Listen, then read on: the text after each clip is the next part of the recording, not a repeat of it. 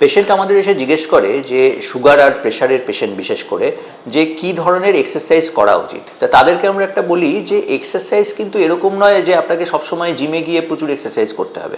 আপনি নর্মাল যে এক্সারসাইজগুলো হয়, মানে আমরা এই যে হাত পা নাড়াচ্ছি, হাতের মুভমেন্ট করছি, পায়ের মুভমেন্ট করছি, এগুলোও কিন্তু ব্যায়াম, এগুলোও কিন্তু এক্সারসাইজ। মানে আপনি যদি মনে করেন যে আপনি বাড়িতে বসে ফ্রি হ্যান্ড এক্সারসাইজ করবেন, করতে পারেন।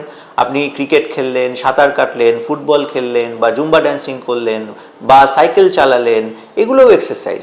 এগুলো সবই কিন্তু আপনারা করতে পারেন। মানে আমাদের টার্গেট থাকবে যে সারা দিনে মিনিমাম একটা টাইম দিতে হবে এক্সারসাইজের জন্য, যেখানে সমস্ত মাসেলসের মুভমেন্ট হচ্ছে। এইটা হচ্ছে খুব ইম্পর্ট্যান্ট।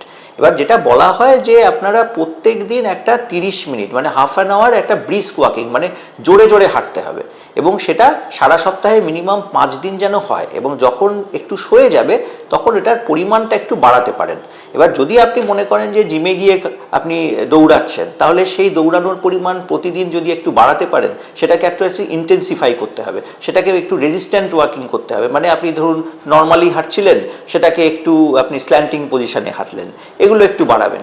দেখা গেছে যত এক্সারসাইজ করছেন তত কিন্তু তাদের মেটাবলিক ডিজিজ এবং ডায়াবেটিস এবং হাইপারটেনশন কন্ট্রোল করার প্রবণতা আরও বেশি হচ্ছে। সুতরাং এটা করা উচিত।